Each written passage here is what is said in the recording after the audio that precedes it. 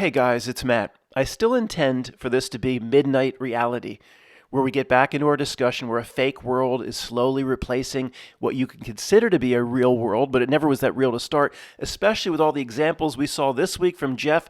And I have another one to show you, but how many fake world examples can one present? We just have to jump into the final conversation. What's going on with a fake world slowly replacing a real world? But I got to get sidetracked here. It keeps throwing these breadcrumbs at me that need to be looked at. It need to be investigated. I don't know how long this sidetrack will be. I hope less than 10 minutes, and then we'll get back to midnight reality. I'm not talking about on the left, Trump fires senior military leadership, an unprecedented act of the script and play. I'm talking about the headline on the right. Like, what is this DOG? I don't watch the news. Doge, doggy. What is this DOGE I'm seeing all the time? Like, what is this? So the headline on the right under a kind of ghoulish, ghastly-looking Elon Musk, new details on controversial DOGE employee come to light. I still don't know how to pronounce it. I'm just going to say doggy. I don't know, Dodge. The department, maybe you're not supposed to say, is this DOGE? I don't know. It's all new to me. The Department of, I just looked into this. What's a Department of Government Efficiency? Where'd this come from? Officially, the U.S. DOGE Service Temporary Organization is an initiative of the second Trump administration. Department of Government Efficiency? You want to look up the word oxymoron? That's like vampires running a blood bank. This is ridiculous, and it's temporary. Well, wouldn't the government always need to have an efficiency watchdog? It's supposed to end, I think, July 4th, 2026. That's another mockery? Yeah, as they all do. Another mockery, of course. And on July, the nation's birthday, July 4th, 2026. They're going to get all their efficiency work done then? Apparently, this is all new to me. Elon Musk is informally running this new department. So they're spending even more money in an attempt to save less money. Wait. They're spending even more money in an attempt to save more money and spend less money. So what does it cost to set up a whole new agency inside the executive branch of the United States government? I'm no expert on it, but I bet it's pretty expensive. The United States government, one of the most inefficient and dysfunctional and wasteful organizations in the history of the world, and not nearly as bad as the EU or Canada. I mean, I didn't mean to imply that. The EU and Canada, talk about wasteful and dysfunctional. People sleeping at their desks all day, just waiting to go home at 3:59. The U.S. government's bad, but it couldn't possibly be as bad as the EU or Canada. Okay, sorry. I'm sure Norway and Finland, those types of places are even worse too. I mean, and people sleeping at their desk all day long. They have their own logo. They've got their own employees. They probably have little coffee mugs with the logo. See, you know how you test the efficiency of the new doggy Office of Efficiency? It's like giving the person on the street, I'm going to give you a quick IQ test. Okay, sure. What does IQ stand for? The intelligence quotient, that's a quick IQ test we've talked about a lot recently. Here's a quick test for the government of office efficiency, the doggy, whatever it is. How much did you spend on the logo? You can get an AI, you can get an internet-based logo generator. All I need is a damn dollar sign with 2 slashes, gold on black. $9.95, $9.99, the 666. See, they probably spent $40 or $50,000 on the logo. That will tell you how good they're going to be at creating efficiency. So where are these new employees, these champions of efficiency, going to be located? The Eisenhower Executive Office Building. Okay, they're going to put them all in there, and then they're going to find cost savings. Let's see where they set them up. Matt, you must have made a mistake or something. This has got to be Versailles, or this is an old castle in Paris somewhere. No, this is the Eisenhower Executive Office Building where they put all our new champions of efficiency and cost savings. So let me get this straight. The champions of efficiency and cost savings, they put in the richest and most luxurious office building in the world. Yeah, maybe it's like a reverse psychology sort of thing. Like they brought everybody out into the lobby and they said, see where we set you up here? You see all this waste? Look around you. It's all going away. We put you here on purpose because every day when you come in here like Severance and Lumen, you look around and say, this is what we don't want. See everything around you? Get rid of it. Soon, if they have plans to relocate to an abandoned and burnt out North Philadelphia factory, then I'm wrong. I take it back. But it's just kind of odd setting the champions of efficiency up in this place. It looks like Louis XVI should walk through the door. If anybody's crying out to me in the night, I hear you. It's just more mockery. They do a lot of mockery.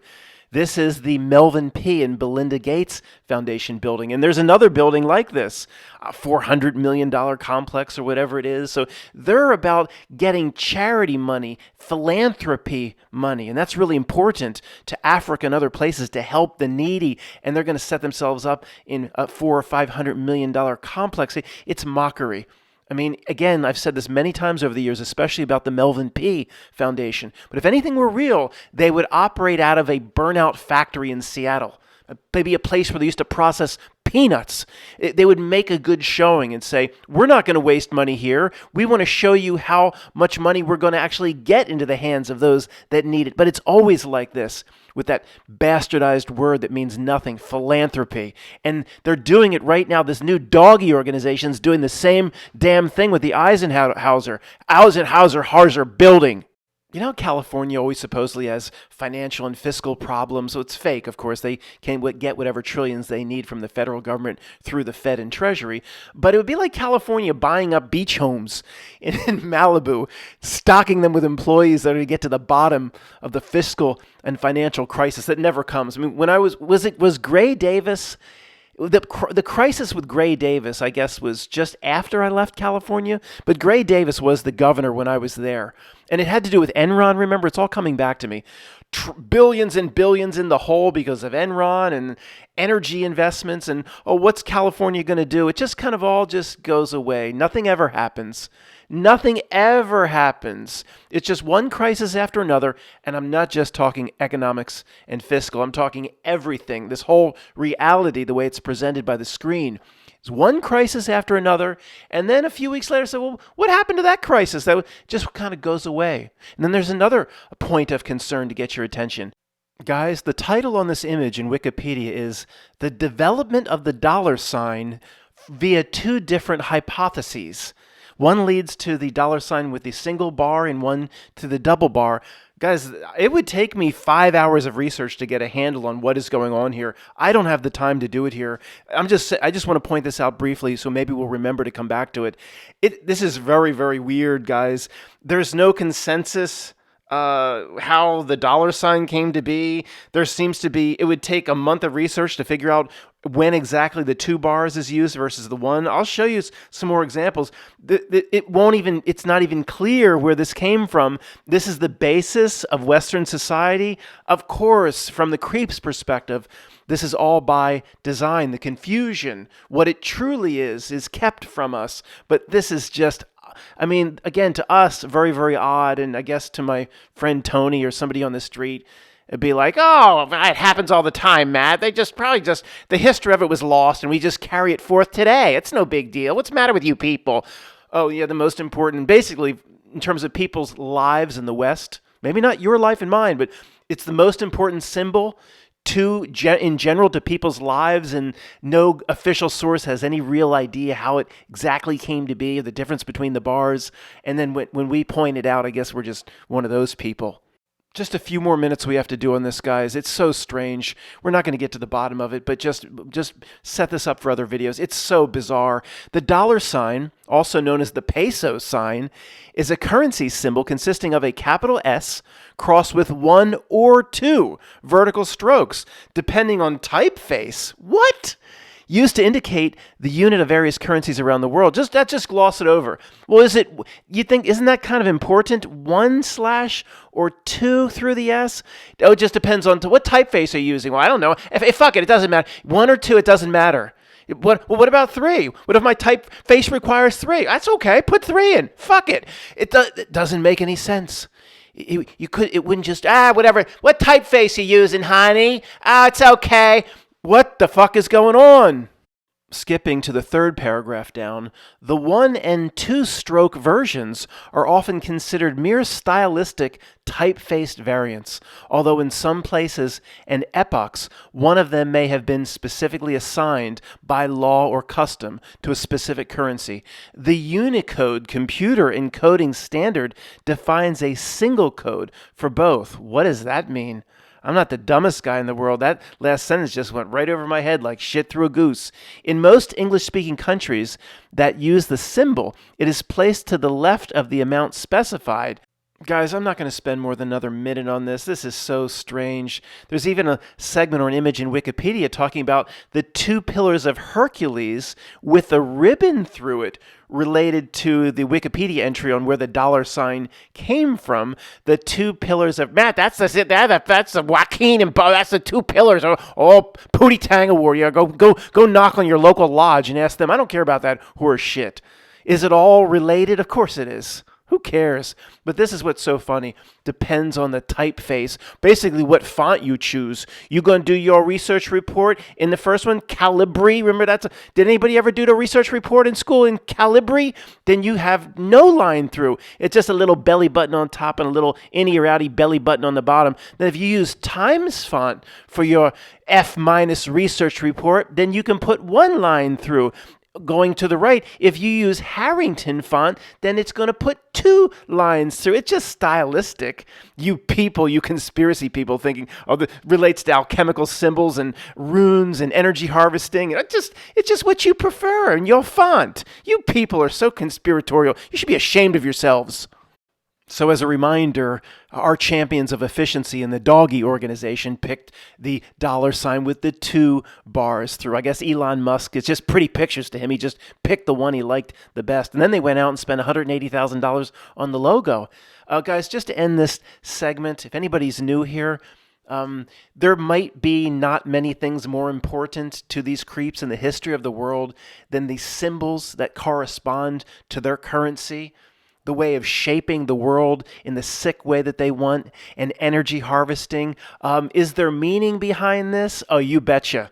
To the highest order and degree. See, this is typically the way reality works. If the explanation is dumbed down to the very bottom, it just depends on the font and typeface, then you know that the real meaning, at least to creeps, is incredibly significant. That's the rule of opposites. It applies again, Matt, with us. The rule of opposites comes again. See, the explanation is just idiotic and dumbed down. Per the rule of opposites, then you know the meaning, at least to these creeps, is of the highest order and level, like the order of the Sith. So sorry, guys, if that breadcrumb from the Knot Milk, that yellow-soaked, stinky breadcrumb, at least for, 12 and a half minutes, kept us from our midnight reality conversation. And this is a first. The last 3 videos had a certain theme, and this one actually carries forth that theme. But we need to close at the end with Matt, end with the fake reality presentations. We know reality is going to make another fake presentation. We know that.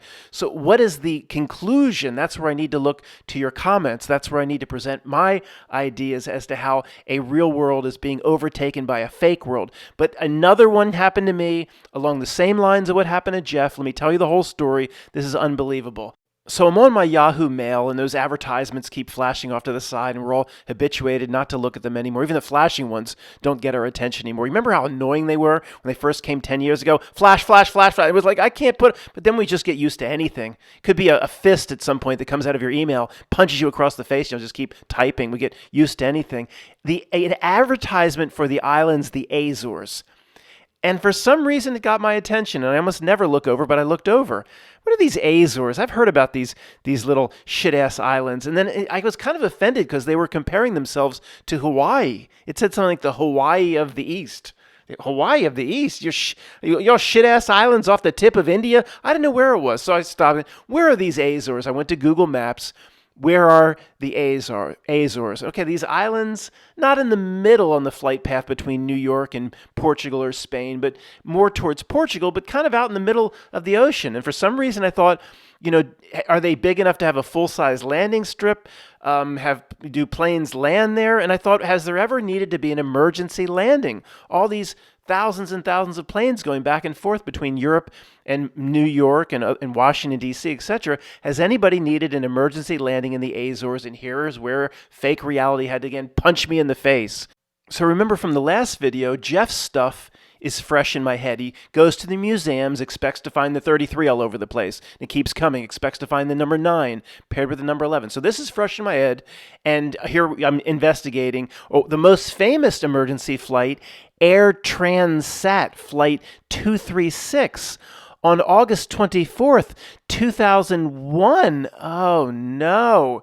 Air Transat Flight 236, an Airbus A330, oh no, ran out of fuel over the Atlantic Ocean, as they all do. The plane glided to an emergency landing in the Azores, saving the lives of all Sully Sullivan's 306 people on board. The incident became known as the Azores Glider. Emergency landing in the Azores. Air Transat Flight 236, which is 6, 7, 8, 9, 10, 11, was a transatlantic flight bound for Lisbon, Portugal, from Toronto, Canada, that lost all engine power while flying over the Atlantic Ocean on August 24th, 2001. Airbus A330 ran out of fuel because of a fuel tank leak caused by improper maintenance. Captain Robert Pichet, 48, an experienced glider pilot, and First Officer Dirk de Jager, 28, glided the plane to a successful emergency landing in the Azores, saving the lives of all 306 people, 293 passengers, and 13 crew aboard. Just there, guys. Well, we got the 13, got the 2001, got the 11, A330, and I thought with this, I guess, mode of thinking after the last few videos, here we go again. Oh, no, it's going to hit me. Fake world is going to hit me with the numbers again. Indications of a fuel problem. I'm skipping 1 and 2. Number 3. The full forward transfer of the fuel in the trim tank was premature, given the fuel load on departure from Toronto of 46,900 kilograms, 103,400 pounds. A prolonged 19-minute trim tank XFR memo between 5:11 and 5:30, and then the trim tank XFRD memo between 5:30 and 5:33 would have displayed this information. Oh, thank you very much. 5:33, 5:11, the 19-minute mark. It's always the same. It's not just going to say 33 every single time, guys. It's just a preponderance or inordinate amount of the same numbers. When Joel's father risked the first 20 minutes of risky business, do you notice something with the stereo, Joel? A preponderance of bass, perhaps. Did you touch the equalizer, Joel? I don't think so. Joel, this is not a toy. It's not to be played with. These are supposed to be real history articles, not Milk. They're not to be played with. Stop messing with us all the time with your fake reality numbers. Now for the 5 people crying out in the night. I can hear you. I haven't uploaded yet, but I hear you. Matt, are you going to talk about that there can't possibly be 100,000 pounds of fuel on? Well, no, because it's obvious. I mean, you want me to give a Pootie Tang award to myself? I mean, no, you can't put 103,000 pounds of fuel in the wings where it says no step. We know this. We've known this for 8 years. There's probably a very small amount of fuel. Then once it gets at altitude, then it can kind of maintain itself. That's blasphemy to the first grade truthers. They don't want to hear Matt or nobody else say there's any fuel. If you say there's any fuel, even a drop, you're not one of us. The transferred fuel was lost through the fractured fuel line, which was leaking about 13 tons per hour. Oh, no. 13. Wait, tons per hour? That's 2,000 pounds times 26,000 pounds of fuel was 26,000 pounds of fuel was leaking per hour, and you needed some sophisticated algorithm in the cockpit to determine you had a problem? Half the passengers in the back of the plane probably couldn't see. It was sludge and oil and gasoline all over the damn windows. Mommy, I can't see the ocean anymore. I want to see the penguins. None of the 26,000 pounds of fuel leaking has to go somewhere. Nobody could see out the back of the plane. The section above talked about here's how they determined they had a problem. 26,000 pounds of... Matt, shut up.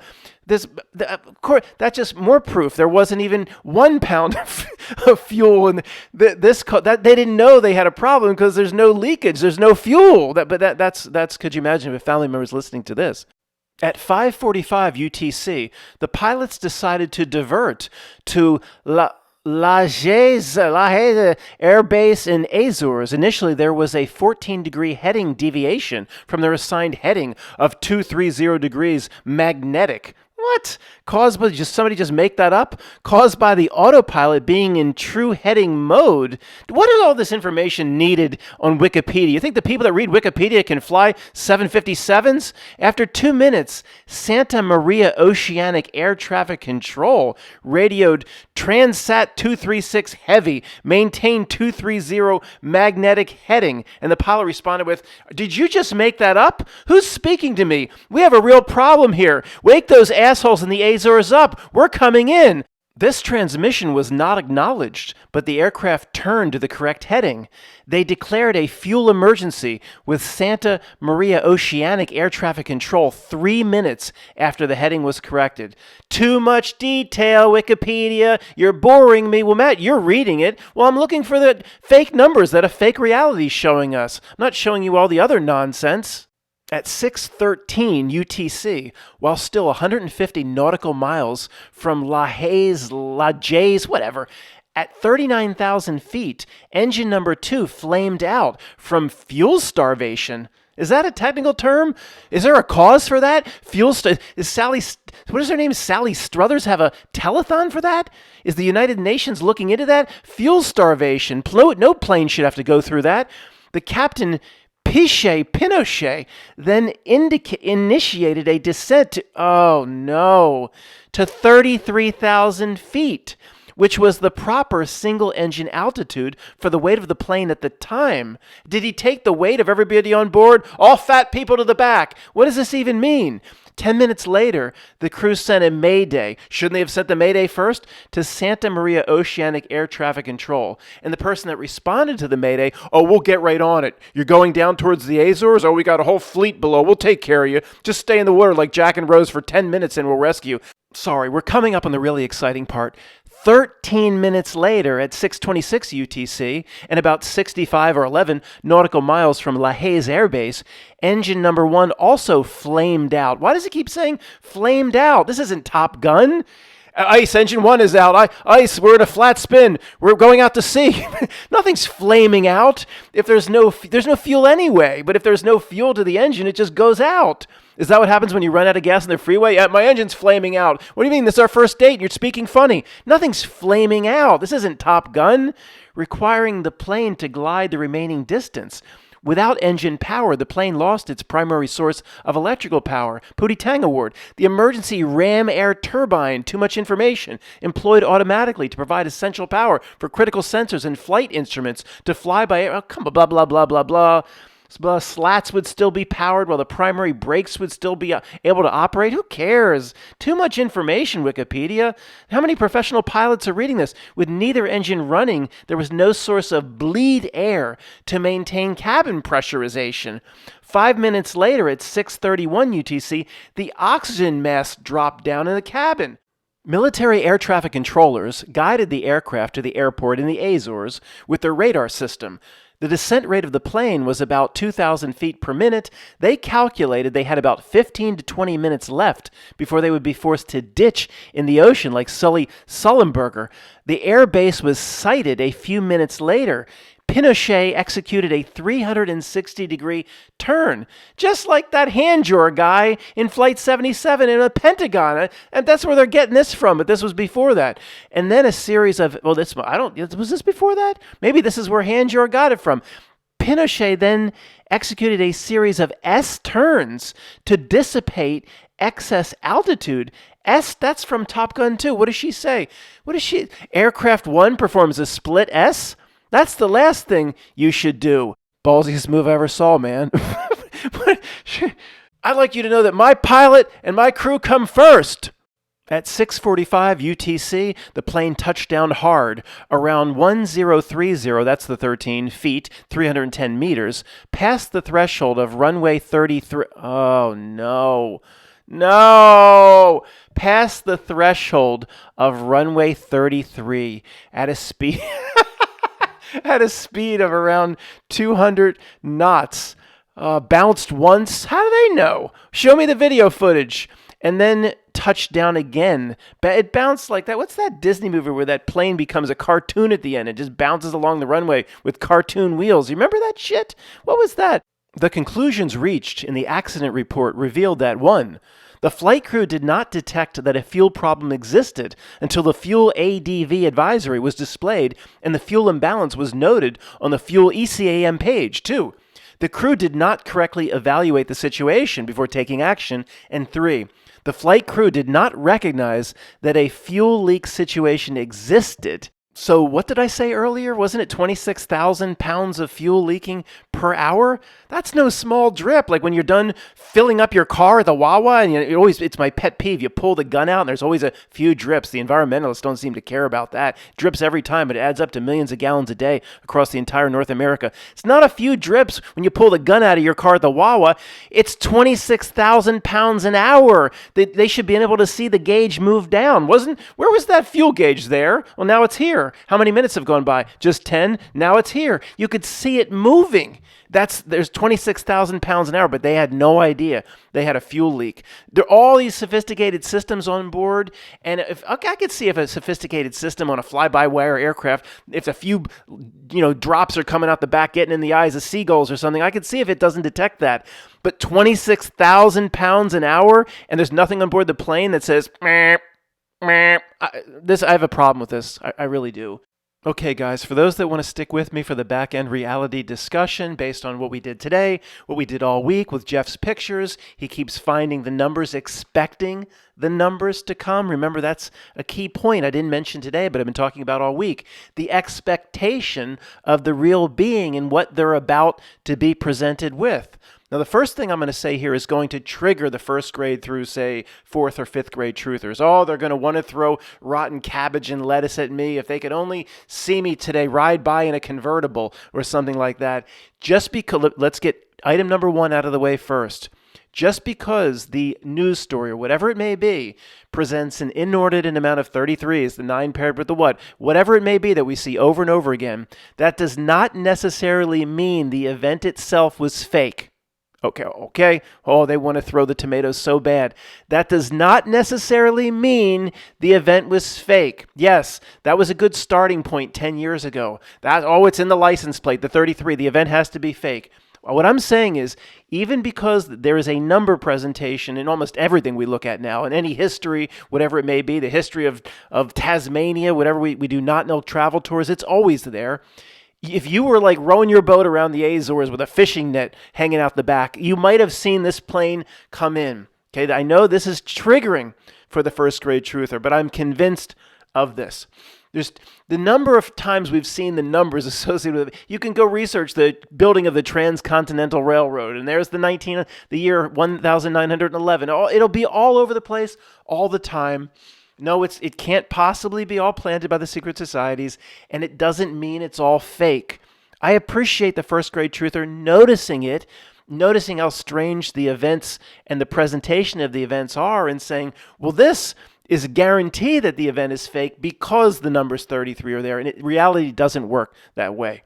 This plane may have actually had a fuel leakage. It doesn't mean it's fake. That does not mean it's not a fake presentation from the Notnilk or the outer screen of reality. I don't know if I'm going to be able to describe this or get this out in a way where anybody but the old guard won't understand. It gets back to, even if it's real, it's fake. Many things we've seen now are absolutely real, yet from our observation standpoint, who we are, what we're becoming, separating from the reality, we see that something's not right about the presentation. If you were out there, it probably really happened, but it's still, even if it's real, it's fake. It still was, say, whatever happened, was meant to happen, is part of a Notnilk script, even if somebody was really injured, or even if a plane really crashed. We're sure of this at this point. Because, say, 10 years ago, we got to the point where we say, well, all of this, in terms of just being a fake presentation, all of this, even 1% of it couldn't be pulled off, where we still have people here today that believe it's all being pulled off. It's just mind-boggling to me. The supernatural element of reality was proven 1,000 times over in 2020. Was it not? That was the strangest thing any of us have ever seen. The whole world went into a certain state in 6 to 8 weeks, but somehow it was just pulled off. It's hard to reconcile all the elements here, guys. I'm going to be wrong about a lot of it. It's hard to talk about. Did this plane incident really happen? Probably yes. Did most of the things where we see the 33 and the number presentations really happen? Most of them? Yes. In fact, I'm going to go as far as you've heard me say this. They will actively insert ridiculous fake cake in a lake elements into real events to get our attention, so we latch on that the event was completely cake in a lake when parts of it or all of it may have been, from the perspective of anybody who was there, real. Now, I don't want to get too far in the weeds here. Well, what are you saying, Matt? The Robin Williams movie with Dustin Hoffman, Captain Hook, and that's all real. I don't want to go into the weeds. Sure, that seems like a lot of these events at that level seem completely ridiculous. Like there couldn't be any part of it that's real. But is that the point? Do you really want to continue to hover in those weeds? Is that what you're going to be so proud to present to your higher self? Who cares? The evolution of where if you want to stay in the weeds and try to find out what happened at the mall last week, be my guest. The evolution of moving forward is, to me, the big part of it is even if it's real, it's fake. There's going to be a lot of fake things in the world too. The Gulf of Tonkin incident are probably completely faked, whatever. Does it matter is the point. But more than we thought 10 years ago, more than we ever could have imagined when we see the ridiculous interviews and the catastrophe thespians and the 33 comes in the license plate and this and that and all the way the news covers it is something wrong. In the past, to us, it was all cake in a lake. Everything, there are thousands of presentations put on a year or hundreds of major ones, where it's all coordinated by hundreds of people, just no different than a cartoon. There's nothing real at all. Where as time goes on, you see that just because it comes from the screen and it seems completely fake to us, that it even though it presents the numbers and presents all the strange things that we point at, it probably still really happened. That's a dynamic of a real being with a heart center reality bubble in some way, living inside a fake world that is becoming more and more fake, going down the sliding scale towards the digital. It's becoming more and more fake and sliding, and we're not sliding with it. Our friends and family are sliding or moving with it on the ship of fools. So there's going to be more things as time goes on that look ridiculously fake to us that are actually real. If you were there, for example. The reason, in my opinion, that this can happen, guys, is there's not a whole lot of difference in this reality between, say, real and fake.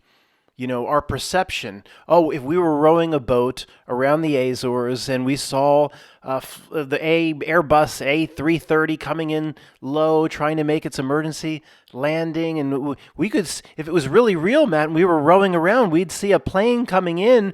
That does not mean it's as real as you think it is.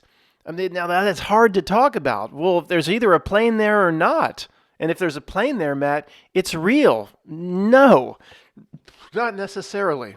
It depends on your definition. If something's playing out as part of an intended reality script, whether it be a world war, whatever. I mean, if you were really there, there's real suffering. But if it's playing out as part of a reality script, that there's an element then of not real to it. Of course, it's hard to.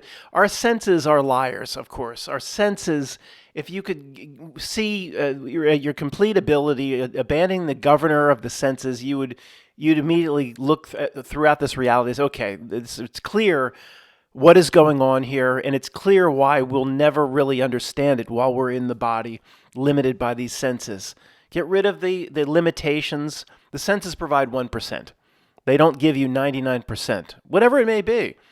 If the vision is only 1% or the hearing is only 1%, the dog can hear the dog whistle, and you only see a limited Roy G. Biv spectrum, then it applies to touch. It applies to all the senses. It couldn't apply to taste, touch. It applies to everything. If two of my senses I know only give me 1%, then I assume all of my senses only give 1%. There's something in other dimensions I should be able to touch or feel, and I can't, but it doesn't matter. It's the experience we're intended to have while we're here. Interesting that this emergency landing in the Azores, this plane event, was also 2001, roughly 6 weeks before you and I submitted the big job application. 6 weeks before. And the job application event in and of itself is a great example or case study to dive into. So maybe I have a chance of proving what I'm saying here. So does anybody believe there isn't 7 buildings that crumbled? Does anybody believe that if you were there, nothing happened? I mean, of course, obviously. Okay. However, as we looked at it for 10 years and then 12 years and more, how many strange anomalies did we see that if you weren't there or you were observing from far, far, far away and, you might think it's cake in a lake. Remember, all the strange interviews, the things that don't make sense. See, here's a quote. The event is not what they say it is, of course, with the pilots training and they chose not to want to land and all that bull crap, all bull crap. It's not what they say it is. But if you were there, you better have a particulates mask from all the asbestos. That's the asbestos cloud covering the city. You better, that happened. Okay, obviously not in the way they said, but see, that is the perfect case study of a blend of a cake in the lake and real. How many remember that interview with that girl Dawn? I've shown a few times over the years. I don't know why this just comes into my head, but there are hundreds of these we have. Like Dawn, this zombie type interviewer from a local, CBS station, New York, whatever, Channel 5 or whatever it may be. Dawn, you saw the plane, right? I was walking along. They see that none of the interviews make sense. If this was a mall event or a school event, we'd cry cake in a lake. We'd go, this is all persons reading cue cards. But it's okay. Let me just present at one point in time. We know the buildings. We know that happened, right? Okay, so many events are a blend of real and cake in a lake. So Dawn says, I'm walking along, going to class, and then I saw a plane, and it went. She makes a little plane stop, and then it hit this, and people panicked, and whatever. I forget what she says. And actually, the interviewer actually tells her at what point what to say. She says, "No, it was really far. No, it was really close. Oh no, it was really close. It was really strange." So you'd say, if we were observing from afar, we'd say, well, this is a staged interview. We would be, again, we have to like think bigger. Okay, this is a staged, and potentially it was. Yet, did anything happen to any buildings well, of course things happened to buildings. But if we were really, really far away, like whatever's on the other side of Australia and Tasmania and whatever they say, I guess we live in a crater or whatever, and there's 80 million more miles of lands because we live in the crater, we can see where we are in the crater or whatever, all that if we live really, really, really far away, somebody might say, well, there's so many weird anomalies. I've been studying this 2001 7-Eleven job application event for so long that it couldn't possibly, nothing happened. Nothing happened because here's Dawn giving this ridiculous interview, and even the Harley guy. How ridiculous is that? Me and my roommate, and it's both cases. There's like some strange like handler staring at the Harley guy, and then I saw it go through, and he makes a big hand gesture.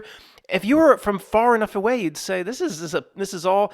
And it seemed completely put on to us. But I'm saying if we were far enough away, and I'm not sure how this is coming out, there's so many weird things that make no sense, that unbelievable. We'd say, well, nothing must have happened. No, if we were there, we'd say there's no, but it happened.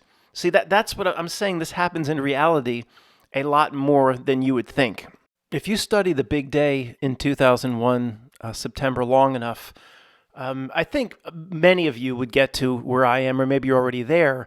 To me, there are many, many reality breakdowns associated where you just can't keep calling out. They stage that in secret societies. It only goes so far. Sorry. Where even I'm thinking of, it was the flight number 77, approached the who knows what, I can say this, but I don't want that damn banner ad and all, but whatever. I guess sometimes you have to get the banner ad. Approached the Pentagon, and the light poles were knocked over. I mean, that was not a necessary part of the story, guys. And there was 1,000 things like that I could talk about for 24 hours straight at a podium hooked up with a Texas catheter. So the light poles are knocked over. See, I mean, what is the point? Everything. So there was a crew of people that went out at just the right moment. See how everything starts to break down? At just the right moment, they went out because we know there was no PP, no PPP, and they cut the pole. Not they didn't cut the poles. They have this technology. They put a little thermite or they put a little charge and they knocked over the poles at just the right time. But nobody was there. Nobody was around to see poles just fall over and no PP. There's supposed to be 26,000 people or 18,000 at least that work inside the building. Nobody there saw no PP. Well, Matt, they must have sent something in that they used a blue beam or whatever. See how you just can't keep. How could and then there's like 100,000 things on top just in that one day that had to have been pulled over. For anybody that doesn't know what I'm talking about, apparently the wings knocked over light poles. I remember having a big debate or discussion with my friend Tony about this, and he said something like, "Well, about all the light poles and the metal lampposts were knocked over. Well, what do you mean this and that?" And I said, "What do you?" And I wasn't an expert. Like this was shortly after we started to wise up to what really happened 2007, 2008, 2009. I wasn't really prepared to talk about it. But he's using that in his defense. Well, Matt, if there was nothing or whatever, how did these light poles or lampposts? Reality isn't. It's all of this outside your heart center isn't very real. If anything that comes from the screen or the outer ring, it's not very real. The senses fool you into thinking it's not very real. These, just like when I say the Cathedral of Cologne, who built the pyramids of the Cathedral of Cologne or these megalithic sites that supposedly can't be built in? And I've said many times, maybe nobody built it. Probably nobody built it. It's part of reality itself. What little unit inside the building went out to not knock over the lamppost, but push the button so the charges and so they'd all would fall over to make it seem like something came in low, and wings knocked over metal posts and light posts? And who is the group responsible for that? And I'm saying maybe nobody. I'm saying the real being that you are, if you dropped all the governors of the senses, and you could see potentially the perception that our higher self has, you would see how fake it can all be down here, yet seem real at the same time to a being inside of a body like ours. It'll just all make sense. Okay, now I see how that reality pulled it off. But in terms of we could do this in hundreds of different case studies. Okay, you don't like the light post knocked over situation. Well, I mean, I'm not, again, I'm going to have to pause to think of another example, but there's 100 reality breakdowns associated with that one day. Well, who was responsible for this, and how did this get pulled off to? And then there's so many hundreds of stories that float around, all floated perfectly into the narrative that the FBI went around and they confiscated all the video. There's a Citgo or a 76 gas station that had a camera pointed at that would have recorded something, but the FBI, and they went around and they confiscated all the video recordings from all the local businesses, and that became part of the story. And all part of the story, we researchers were fed an enormous amount of bullcrap. But who knows? Again, you get back to, even if it's real, it's fake. Again, it's a little bit hard to talk about. But let's not get the main point of bringing up the big day in 2001 was, there's some things that happened. Okay, the buildings. Okay, however, on top of that, we can point to 100, then 200, 300 things that are just nearly impossible that seem completely cake in a lake. Think about the hundreds or potentially 1,000 different little side stories that reality fed us to get us to run in a different direction or to chase certain things associated with that day. Everything from the dancing Israel, I mean, all that stuff. And there was a box truck they found that had a plane flying into that picture. And I mean, just do this all day long. There's no real world that could have pulled all this off. And there's no reason to plant these stories when you have rubble of that degree. That the rubble of that degree is convincing, don't you think?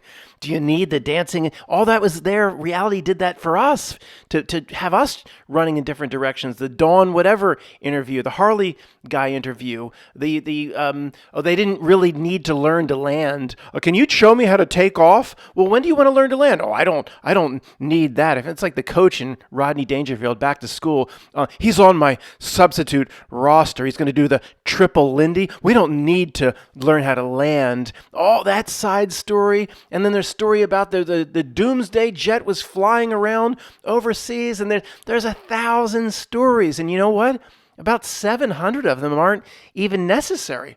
Why even get into some of these? The bags found that they apparently came down from Maine, and there was a bag that they left because they had to run like O.J. Simpson through the airport to make the flight number 11. They were the last ones on board before the door closed. They only had 25 minutes between connections coming down from Portland, Maine to Boston, Logan. And then the bag didn't even get on, and then they found the bag. And look what's in here! It's a flight manual, and there's a Quran, and there's a note, and all this. It was so staged. It was so. What's the point of that? But okay, who's the guy? Get back to the pitch meeting. Remember the video last Friday, the pitch meeting. Who's the person that raised their hand and said, I think as part of the story, sir, we should have a 25-minute connection between a commuter flight from Maine, and then we'll just make it so a bag doesn't get on. We'll make that as part of the story. And then we'll have to get the baggage people in on it. That's okay. They'll be paid and threatened. Silver and gold, paid and threatened. We'll just pay and we'll get even more people in on it. And the baggage handlers at Boston Logan, they'll be in on it. And, I mean, it's impossible. No real world could have this many people in on it. It's incredible. I have to keep saying this. But a good percentage, even a small percentage, but a decent size, even of people listening here, reject me when they just think that decade after decade, basically century after century, the same sorts of things just keep being pulled off and nothing ever goes the other direction. The pendulum never swings back the other way. Nothing's exposed. The people never get a win. It's a fake world, folks. You know, if that baggage handler, is it a real person? I don't know. It doesn't matter. But there's 1,000 different little side stories associated with the big day. That's one event. 1,000 different side stories, of which most aren't necessary. And see, it's a good conversation we just had because it's a blend of ridiculous stories littered all up and down and being associated with, if you were there, they came down. Something real, not in the way they say, but something that its core happened, yet it's just it's diseased with 1,000 different little weird side stories that are impossible to pull off to perfection. And they didn't make a mistake where they were found out. Your best friends and family believe in every bit of all these side stories and the bag that was found that didn't make the connection. And why do you even, in the pitch meeting, why do you even raise your, let's have the bag. Well, if you think through the pitch meeting, it all breaks down. All of reality breaks down. So you want this Muhammad whatever's bag's going to be left behind. We're going to find all this a death notice in there and a Quran and all this stuff.